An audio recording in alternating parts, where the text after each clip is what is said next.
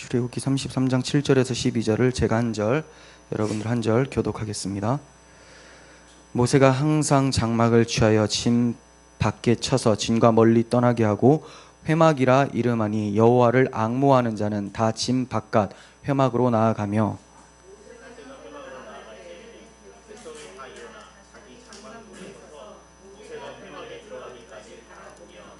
모세가 회막에 들어갈 때에 구름 기둥이 내려 회막문에 서며 여호와께서 모세와 말씀하시니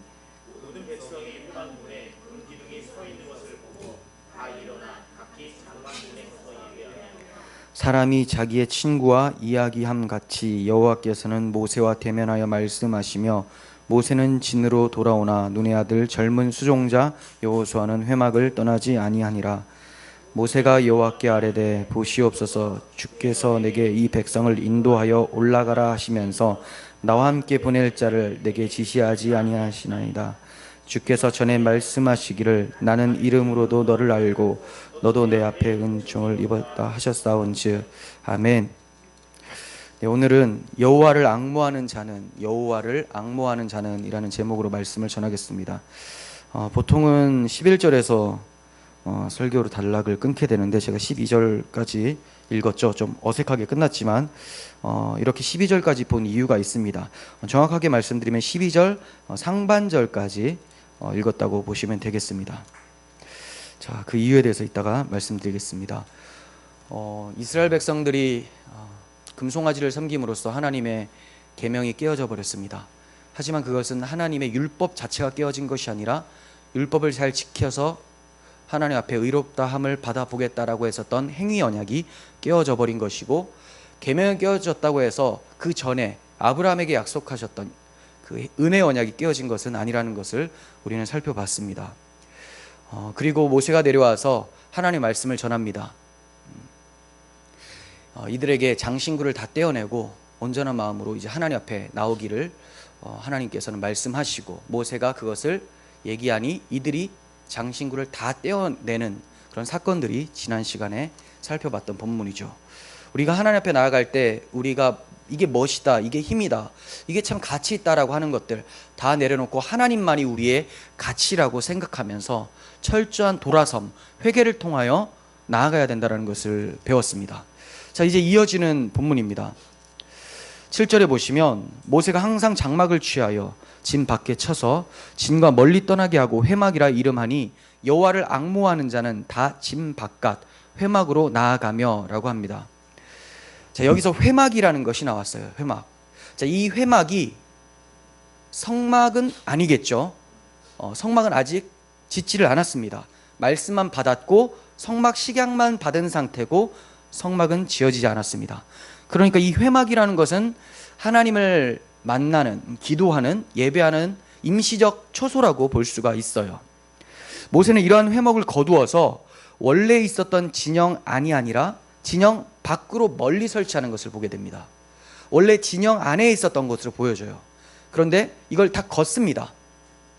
다 걷어서 진영에서 멀리 떨어져서 진영 밖에 설치를 하는 것을 보게 됩니다.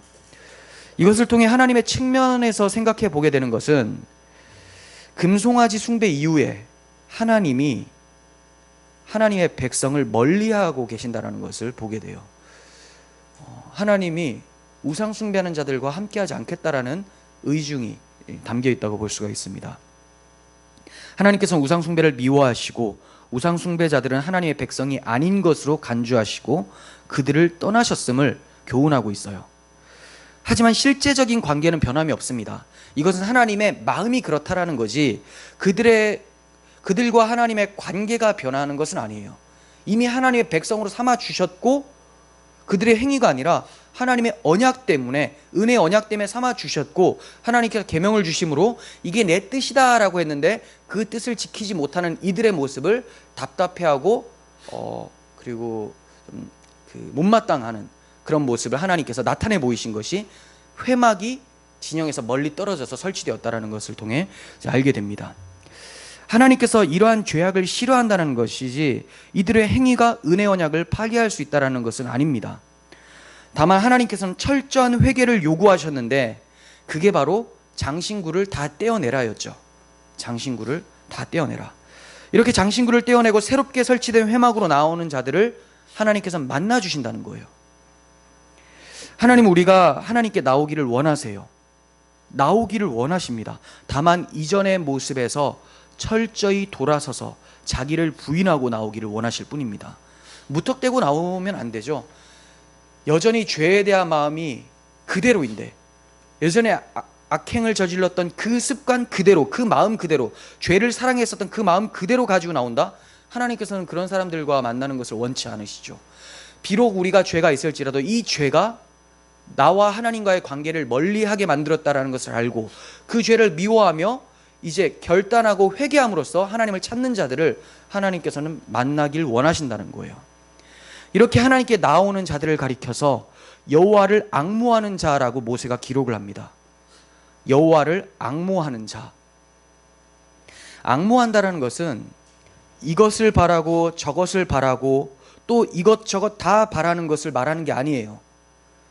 전적으로 하나만 바란다는 것이 앙모한다는 겁니다. 난 저것도 참 앙모하고 이것도 앙모해, 이런 게 아니라는 거예요. 전적인 사모함을 얘기를 해요. 이 세상에서 우리가 앙모할 자가 하나님 외에 누가 있겠습니까? 이스라엘 백성들은 돌판이 깨어지고 레위인들을 사용하셔서 하나님의 진노의 심판이 그들에게 임했던 것을 경험하고 나서야 금송아지가 앙모할 대상이 아니라는 것을 깨닫게 되었습니다. 우리가 굉장히 대단하다고 생각했었던 이 금붙이, 이 송아지, 하지만 하나님의 진노 앞에서 우리를 가려줄 수 없었구나 라는 것을 알게 되고, 금송아지의 재료였던 장신구들을 다 빼내고 하나님 앞에 나오는 것을 보게 됩니다. 예레미야 선지자도 오직 하나님만 앙모할 대상이라는 것을 예언을 했습니다. 고백을 했었죠. 예레미야 14장 22절. 이방인의 우상 가운데 능히 비를 내리게 할 자가 있나이까? 하늘이 능히 소나기를 내릴 수 있으리이까? 우리 하나님 여호와여, 그리하는 자는 주가 아니시니이까? 그러므로 우리가 주를 앙망하는 하옵는 것은 주께서 이 모든 것을 만드셨음이니이다 하니라. 하나님의 백성은 이러한 고백이 있어야 되고 이러한 인식이 있어야 돼요. 제가 두 개를 얘기했어요. 고백과 인식. 인식 없이 고백할 수 있습니다. 습득이 되어져 버리다 보면. 그리고 인식은 했지만 고백하지 않는 사람들, 분명히 하나님이 하신다라고 알고 있지만 그것을 받아들이기 싫어하는 사람들이 있습니다. 하지만 참된 신자는 하나님의 역사를 인식을 하고 그것이 하나님이 하셨다라고 고백하고, 그러므로 하나님이 앙모할 유일한 대상자라는 것을 발견하고 그분만 바라봐야 된다는 거예요. 우상 중에 비를 내리게 할 신이 어디 있습니까? 소나기를 내릴 수 있게 하는 신이 어디 있겠습니까? 바알이 농경신이라고 하지만 그것은 그들의 착각일 뿐, 깎아놓은 우상을 통해서 그들의 염원일 뿐, 비를 내리게 하시는 분은 하나님이시라는 것을 우리는 알게 되죠. 그러므로 우리가 궁핍하거나 무엇이 필요하거나 하나님의 어떤 도움을 구할 때는 도움의 대상은 오직 하나님밖에 없다는 것을 아셔야 됩니다. 이사야 선지자는 오직 하나님만 앙모할 자라는 것을 이렇게 고백을 합니다. 이사야 64장 4절. 주 외에는 자기를 앙망하는 자를 위하여 이런 일을 행하신 신을 옛적부터 들은 자도 없고 귀로 들은 자도 없고 눈으로 본 자도 없었나이다. 자, 이사야 선지자가 고백한 그 내용을 보시면 주님은 자기를 앙모하는 자들에게 이렇게 많은 역사로 그들을 보살폈는데 우상신들은 아무도 그 우상을 숭배하던 자들을 돌본 적이 없다라고 고백을 해요. 근데 사람들이 참 정신승리가 대단해요. 자기가 돌을 깎아 만들어 놓고 이 돌이 나에게 도움을 줬다라고 스스로 그냥 계속 정신승리를 한다는 거죠. 사실 그 승리도 오래 가지 못해서 그 돌을 나중에 부셔버릴 수도 있겠죠. 계속해서 어긋나거나 자기의 욕망을 채워주지 못한다면 말이죠. 북어를 달아놓거나 이런 거 많잖아요. 부적 같은 거 다 사람이 만들었고 사람이 잡은 것들, 이런 것들로 사람들이 우상으로 섬기고 있는 것을 많이 보게 되는데, 우리가 하이델베르크 1계명 하면서도 배웠었죠. 네, 하나님 외에는 우리 마음에 담을 신은 절대 없다라는 것을 우리는 기억을 해야 됩니다. 하나님께서는 자신을 앙모하는 자들을 좌절 속에 내버려 두지 않으십니다. 압살롬을 피해서 블레셋으로 도망간 다윗은 블레셋 왕 아비멜렉 앞에서 미친 척하면서 괴로워했었던 적이 있었어요. 사무엘 하에서는 그 가드 왕 아기스라고 표현이 되어 있습니다. 가드는 블레셋 안에 있는 도시이기 때문에, 아비멜렉은 바로와 같은 이름이 그 칭호예요. 칭호. 이 진짜 이름은 아기스예요. 근데 이 사람, 이 아기스한테 피했어요. 피했는데 막 미친 척을 합니다. 왜냐하면 압살롬이란 자기 아들이 자기를 쳐들어올까봐 무서워서 도망을 쳤는데, 블레셋 왕 아비멜렉이 다윗인 걸 알아보고 약간 경계를 하니까 내가 미친 척이라도 해서 경계를 좀 풀어야 되겠다, 살고자 하는 이러한 모습들이 보였었다는 거죠. 처음에는 그러한 모습을 보였지만 그는 이제 이렇게 고백을 하게 됩니다. 시편 34편 5절에서 그들이 주를 앙망하고 광채를 내었으니 그들의 얼굴은 부끄럽지 아니하리로다. 그들이 주를 앙망하고 광채를 내었으니 그들의 얼굴은 부끄럽지 아니하리로다. 그가 처음에는 이렇게 실족하고 있었지만 하나님을 바라봤을 때 그가 회복되어지는 것을 고백을 하고 있는 것을 보게 됩니다. 하나님은 자기를 찾는 자들이 부끄러움을 당하지 않도록 지켜주십니다. 문제는 우리가 하나님을 찾지 않는 게 문제죠. 그리스도인들은 하나님이 보내신 예수 그리스도를 통해서 하나님을 찾는 사람들이에요. 다이렉트로 하나님을 찾을 수는 없죠. 하나님 어떤 분인지를 알려면 예수 그리스도를 통해서 알 수가 있어요. 예수님을 통해서, 그 십자가의 사건을 통해서 하나님이 정의로우신 분이시고 은혜가 풍성하시고 사랑이 많으신 하나님이라는 것을 우리는 알고 예수님을 통해서 아버지를 바라보게 됩니다. 이게 그리스도인의 모습이죠. 나의 모습이 초라하고 보잘것없이 회색빛을 띠고 있다고 생각하십니까? 그렇다면 주 예수 그리스도를 앙망하십시오. 하나님의 영광스러운 광채가 우리 주 예수 그리스도로 하여금 우리 얼굴에 드리워질 것입니다. 사도 바울은 이렇게 얘기를 합니다. 어두운 데 빛이 빛이라 말씀하셨던 그 하나님께서 예수 그리스도의 얼굴에 있는 하나님의 영광을 아는 빛을 우리 마음에 비추셨느니라. 그럼 또 이렇게 생각할 수 있어요. 여기서는 그리스도의 얼굴에 하나님의 영광의 빛이 있다고 했는데 그 빛이 우리 마음을 비췄다고 했지 않습니까? 그런데 내가 좌절하고 내가 힘든 것, 이게 내 얼굴빛에서 회색빛이 띄고 있는데 마음에 비춰진 빛이 어떻게 얼굴빛을 바꿔냅니까? 라고 의아할 수가 있습니다. 하지만 생각해 보세요. 마음이 기쁘고 마음에 빛이 있으면 얼굴이 달라져요. 그래서 성령 충만한 그리스도인들의 얼굴은 밝습니다. 회색빛이 아니에요. 좌절하지 않아요. 다윗이 하나님을 찾았을 때, 하나님을 앙모했을 때 그는 이와 같은 시편을 노래할 수가 있었어요. 여호와를 앙모하는 말씀에 대해서 좀 더 보겠습니다. 시편 34편 10절이에요. 아까 읽었었던 그 배경하고 똑같습니다. 다윗이 블레셋 왕 아비멜렉에 가서 미친 척 할 때 이렇게 얘기합니다. 젊은 사자는 궁핍하여 줄일지라도 여호와를 찾는 자는 모든 좋은 것에 부족함이 없으리로다. 젊은 사자는 궁핍하여 줄일지라도 여호와를 찾는 자는 모든 좋은 것에 부족함이 없다. 다윗이 젊은 사자와 대조한 이유가 있습니다. 왜 굳이 젊은 사자라고 얘기할까? 가장 강한 맹수를 등장시켜서 하나님을 앙망하는 것과 비교하기 위해서예요. 다윗이 블레셋으로 도망치면서 높 땅의 아히멜렉 제사장에게 받아갔었던 것이 있어요. 골리앗의 칼입니다. 골리앗의 칼 엄청 크겠죠. 엄청 크고 누가 봐도 저 대단한 무기다라고 할 만한 그런 칼이에요. 그가 왜 이걸 집어들었느냐? 압살롬이 쳐들어오니까, 자기를 죽이려고 하니까 그 칼이라도 있어야 될 것 같아서, 그래서 그것만큼 나에게 좋은 것이 없으니 그거라도 주세요, 이렇게 이제 그걸 저에게 주세요라고 하고 받아들고 블레셋으로 갔어요. 그런데 이 골리앗의 칼, 젊은 사자와 같은 이 맹수와 같은 이 칼이 무슨 역할을 하게 만들었습니까? 결국은 블레셋 왕 아비멜렉 앞에서 미친 척 하도록 만드는 것밖에 없다는 거죠. 뭐 대단한 무기인 것 같았지만 블레셋 왕 아비멜렉 앞에서 이 무기가 작동을 하지 않는 거예요. 그런데 반면에 이 젊은 사자와 같은 골리앗의 칼이 아니라 보이지 않는 하나님을 그가 신앙으로 앙망했을 때 그의 소망은 다시 한번 펼 수가 있었다는 것이죠. 그는 낙심해서 일어날 수가 있었고 반석 위에 세워진 집처럼 든든히 설 수가 있게 되었던 거예요. 하나님께서는 그에게 평강을 주셨습니다. 그가 하나님을 찾았기에, 앙망했기에 그 나라를 회복시켜 주셨고 그를 다시 한번 세워주셔서 그의 나라 왕위가 든든하게 서가게끔 만들어 주셨어요. 앙망한다라는 것은 그 대상이 능력이 있다라는 고백이에요. 앙망한다. 열심히 바라본다라는 말인데, 여러분들이 열심히 바라보는 어떠한 것들이 있을 겁니다. 하나님이면 좋겠지만 그렇지 않고 세속적인 것들 중에서도 그렇게 바라보는 게 있죠. 뚫어지게 쳐다보는 것, 뚫어지게 마음 쏟는 것.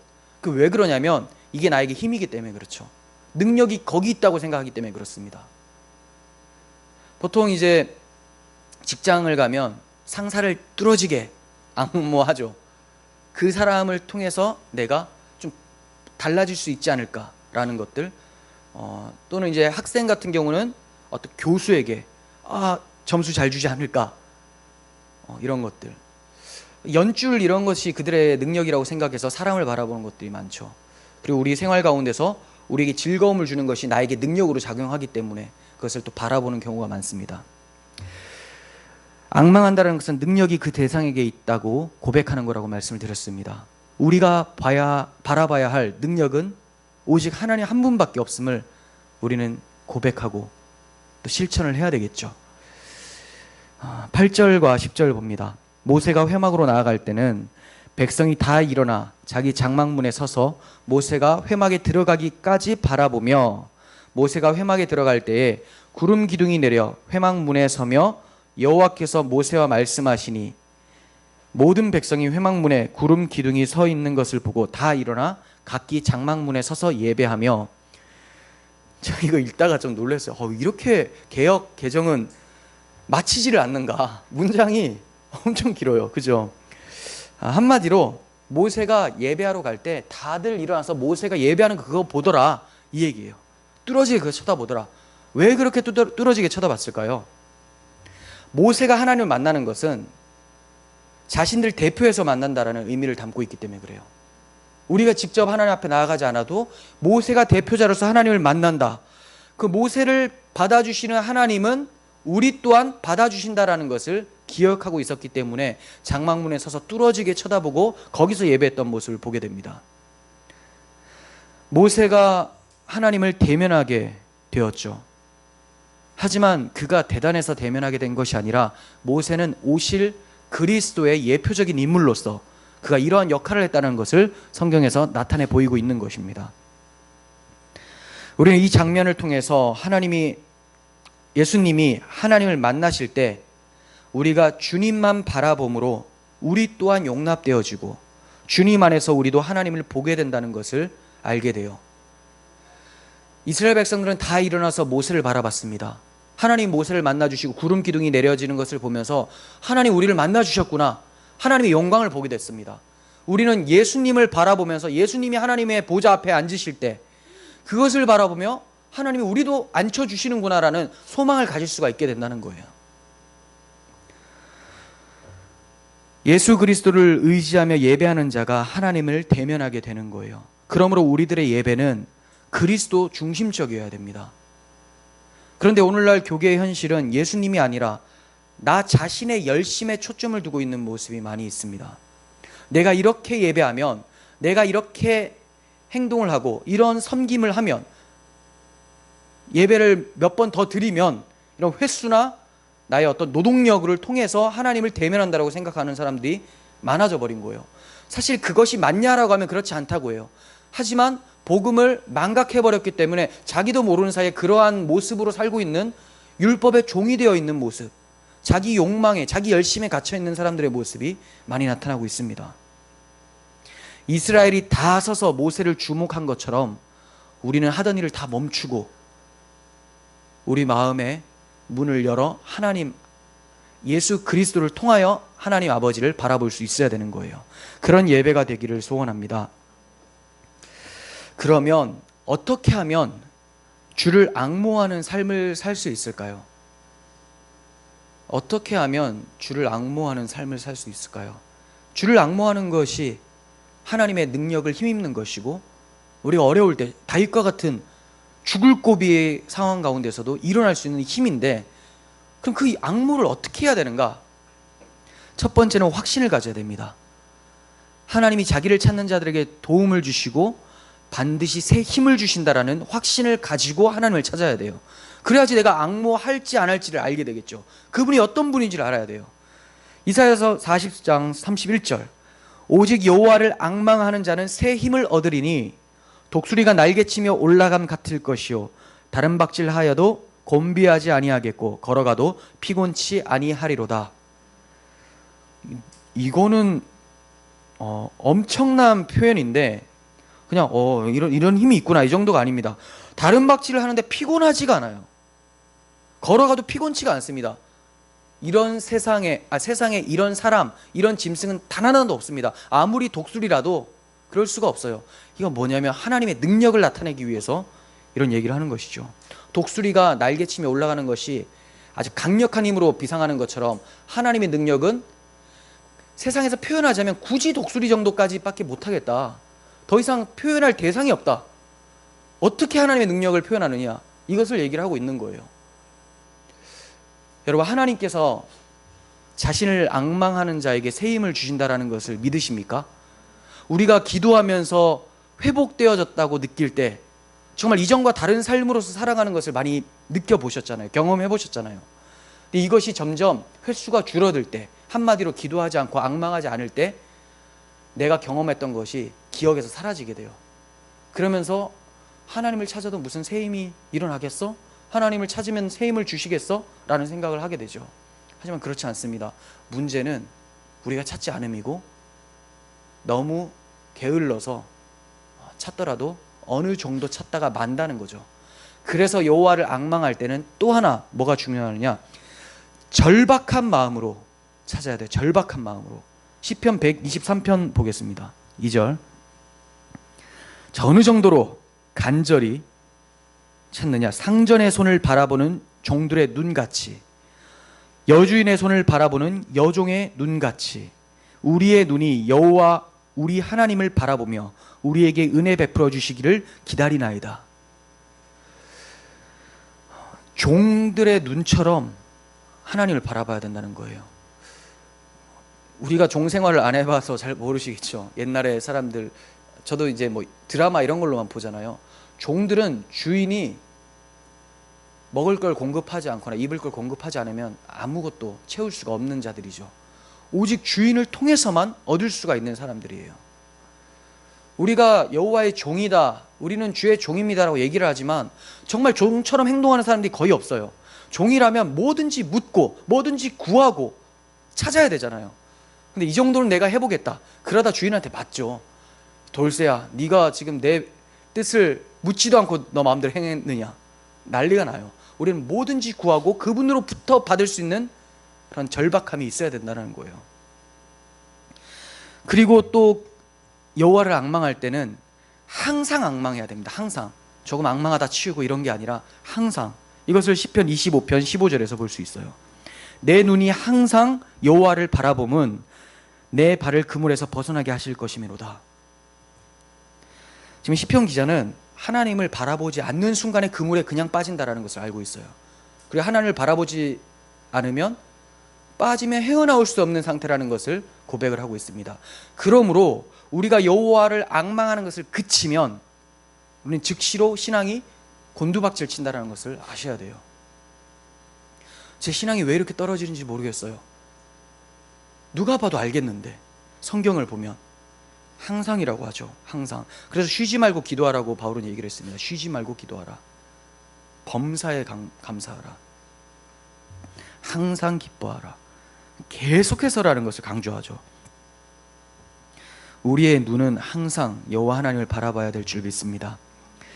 또 여호와를 앙모할 때 중요한 점은 눈이 쇠하도록 바라봐야 된다는 겁니다.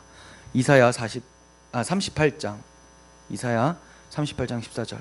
나는 제비같이 학같이 지적이며 비둘기같이 슬피 울며 내 눈이 쇠하도록 앙망하나이다. 여호와여, 내가 압제를 받사오니 나의 중보가 되옵소서. 내 눈이 쇠하도록 앙망하나이다. 그러니까 한마디로 뚫어지게 쳐다보는 거예요. 뚫어지게. 근데 저기에 뚫어지지 않고 내 눈이 이제 빠질 것 같은 거죠. 눈이 빠지도록 쳐다본다. 여기서 눈이라는 표현이 앙망한다라는 표현과 굉장히 결부돼서 계속 나옵니다. 시편 123편에서도 그랬고 25편에도 그랬고 이사야 38장에서 그랬죠. 눈 계속 나와요. 이건 뭐냐면 우리의 초점을 얘기를 하는 거예요. 단지 육안만 말하는 것이 아니라 초점, 즉 마음의 중심이 어디를 향해 있어야 되는가. 끊임없이 우리의 마음은 절박한 마음으로 하나님을 찾아야 되고 항상 하나님을 찾아야 되고 마음이 지칠 정도, 눈이 새하도록이라니까 더 이상 바라볼 수 없을 정도까지 할 수 있는 데까지 우리의 마음을 쏟아야 된다는 것을 얘기를 해요. 그것이 안 되면 하나님이 그렇게 만들어 가시죠. 우리의 환경을 다윗처럼 만들어 가요. 다윗도 스스로 낮아졌으면 참 좋았겠지만 그렇지가 못했습니다. 우리에게는 고난이라는 게 사실 필요한 것이죠. 그렇기 때문에 우리에게 어려움들이 찾아오고 그런 계기를 통해서 하나님은 절박함을 회복시켜 주셔서 주를 앙모하게 하시고 그 앙망함으로써 새 힘을 얻어 독수리 날개치며 날아오를 수 있는 크리스찬으로 만들어 주신다는 거예요. 계속 봅니다. 11절. 사람이 자기의 친구와 이야기함 같이 여호와께서는 모세와 대면하여 말씀하시며 모세는 진으로 돌아오나 눈의 아들 젊은 수종자 여호수아는 회막을 떠나지 아니하니라. 앞에서는 여호와를 앙망하는 것에 대해서 제가 길게 설명을 해드렸고 또 하나님의 백성들이 여호와를 앙망하면서 모세 예배를 지켜보고 있는 것을 봤습니다. 그런데 여기에 주를 앙모하는 또 한 명의 참된 성도가 등장을 합니다. 여호수아죠. 여호수아. 아주 참된 성도예요. 여호와를 앙망합니다. 이 당시에 아론 지파의 제사장들이 아직 성막 봉사로 세워지지 않았습니다. 그래서 모세와 여호수아가 그 직무를 담당했던 것으로 보여집니다. 그래서 모세와 늘 함께 가서 하나님 앞에 예배할 수 있는 것을 구축을 했었던 것 같아요. 그러나 하나님께서 모세를 대면하시는 것을 계속 봐왔을 겁니다. 수종자라고 하니까 늘 모세가 하나님을 만나면 여호수아도 그 대면하시는 하나님을 보는 거죠. 그러면서 그분의 임재를 간절히 사모했었던 것 같아요. 그랬던 것이 분명합니다. 그 이유는 이따가 설명해 드리겠습니다. 그는 하나님 앞에 있기를 소원했고 하나님 앞에서 섬기기를 원했어요. 그런데 이렇게 주를 앙모하는 여호수아의 등장이 뭐가 그렇게 중요하게 갑자기 여기서 여호수아라는 이름이 등장을 하고 있을까요? 그게 다음 절 묵상과 연결이 됩니다. 그래서 제가 12절까지 연결을 한 거예요. 왜 갑자기 여호수아 이름을 언급하느냐? 모세가 여호와께 아뢰되 보시옵소서 주께서 내게 이 백성을 인도하여 올라가라 하시면서 나와 함께 보낼 자를 내게 지시하지 아니하시니이다. 지금 모세의 마음이 어땠을까요? 하나님이 특별히 붙여주신 아론은 금송아지 섬기는데 주동자였고 그리고 하나님께서는 이들과 함께 가지 않으시겠다라고 얘기를 하셨고 또 이스라엘 백성들은 돌아서면 배반을 하는 특기를 가지고 있는 사람들이었고 얼마나 지치겠습니까? 그래서 그가 하나님 제가 혼자 갑니까? 저에게 함께할 동역자를 주셔야 되는 거 아닙니까? 라고 하나님께 부르짖었습니다. 그러나 모세는 훗날 이 책을 기록하면서 이 출애굽기를 기록하면서 하나님께서 함께할 지도자를 준비시키고 계셨다는 것을 깨닫게 되었어요. 그래서 여호수아를 설명한 후에 곧바로 자신의 간구를 이어서 설명을 붙여버리는 거죠. 여기서 여호수아가 사실 안 나와도 되는 거예요. 아니면 이 뒤에 간구가 나올 필요가 없습니다. 하지만 이 어색해 보이는 여호수아의 등장과 이 간구를 붙여놓음으로써 하나님께서는 사명을 주시고 사명을 감당할 수 있는 동역자들까지도 보내주셔서 그 일을 반드시 이루어내신다라는 것을 말씀합니다. 그러므로 사명은 나의 일이 아니라 하나님의 일이고 그 일을 목숨처럼 여기면서 달려가는 사람들을 사명자라고 하는 거예요. 사명자들은 이거 내가 반드시 이루어낼 내 일이다가 아니라 내가 목숨보다 소중히 여기시는 하나님의 뜻이다 라고 하면서 달려가는 사람들이죠. 그러므로 하나님은 자신의 일을 이루시기 위해서라도 또다시 필요한 동역자가 있다면 붙여주시는 거예요. 하나님께서는 사명을 감당할 사람들을 찾으십니다. 어떤 사람들이 사명을 감당할 사람들이겠습니까? 오늘 본문의 내용으로 보면 여호와를 앙망하는 자죠. 다른 조건이 없어요. 모세가 항상 회막에 나가서 하나님을 만났다고 했죠. 여호수아는 모세가 돌아와도 그 영광 가운데 있고 싶어서 돌아오지 않는 것을 보게 됩니다. 그 두 사람의 특징은 여호와를 눈이 쇠하도록 앙망했다라는 거예요. 이것이 바로 사명자입니다. 그런 사람을 나에게 붙여주십시오라고 할 수도 있지만 내가 먼저 주를 앙망함으로 사명자로 설 수 있기를 바랍니다. 여호수아와 모세는 자기 백성을 하나님께로 인도하실 그리스도의 예표적인 인물이었어요. 그러므로 그가 여호와를 앙망했다고 제가 확신하면서 얘기를 했던 거예요. 여호와의 임재를 갈망하면서 끊이지 않게 주님을 섬기길 원했다, 하나님을 섬기길 원했다라는 것을 말씀드린 겁니다. 모세와 여호수아는 물론 그분들이 신앙이 좋았습니다. 하지만 그들이 이렇게 흠이 없어 보일 정도로 뛰어난 것은 하나님께서 그들을 통하여서 예수 그리스도를 볼 수 있도록 그들에게 신앙을 부어주셨기 때문이죠. 우리 주님이 하나님을 그토록 앙모하시며 임재를 떠나지 않으셨음을 우리는 이 두 사람을 통해서 볼 수가 있습니다. 여러분, 세상은 하나님을 앙망하지 않습니다. 앙망하는 사람이 있다면 그 사람은 반드시 크리스찬일 거예요. 그리스도인들은 여호와를 앙망합니다. 모세와 여호수아가 여호와를 앙망함으로써 그리스도의 예표가 되었다면, 이제 그리스도께서 우리 마음에 계시다면 우리의 삶은 또 어떻겠습니까? 그들은 예수 그리스도가 그 마음에 계셔서 성령을 받았던 사람들이 아니죠. 성령이 그들에게 능력을 주셨기는 했지만 역사적 사건으로 임하시진 않은 상태였는데, 우리는 이제 성령이 임하셔서 그 예수께서, 하나님을 앙모하신 예수께서 우리 마음에 거하신다면 우리는 모세와 여호수아보다 더 철저한 앙망함이 있어야 되지 않겠습니까? 세상은 우리가 바라보는 그 하나님을 우리를 통해서 볼 수가 있게 돼요. 교회를 통해서, 교회가 하나님을 앙망하는 것을 통해서 하나님이 어떠한 분인지를 보게 된다는 겁니다. 세상은 절대로 하나님을 스스로 앙망할 수가 없습니다. 자기 배를 앙모할 뿐입니다. 우리 또한 처음에는 마찬가지였어요. 이 악한 마음을 십자가에서 제하여 버리시고 새 마음을 주셔서 모세와 여호수아처럼 하나님을 앙망한 자로 만들어 주셨습니다. 이제 주를 앙모함이 우리에게 가장 큰 기쁨이요 소망이요 위로고 능력이라는 것을 우리는 믿습니다. 그러므로 우리의 마음을 다해서 눈이 쇠하도록 여호와 하나님을 앙망하는 우리 모두가 되었으면 좋겠습니다. 기도하겠습니다. 사랑의 하나님 아버지, 저희가 하나님을 찾는데 너무 게으른 것 같습니다.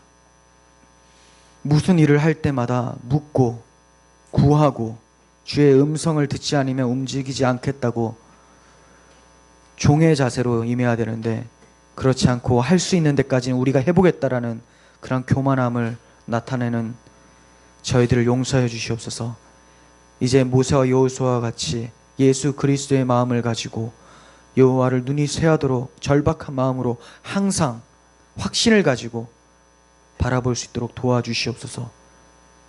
그러한 자들에게 주께서 임하셔서 위로하여 주시고 독수리 날개치며 올라가게 하여 주실 줄을 믿습니다. 우리 구주 예수님의 이름으로 기도합니다. 아멘.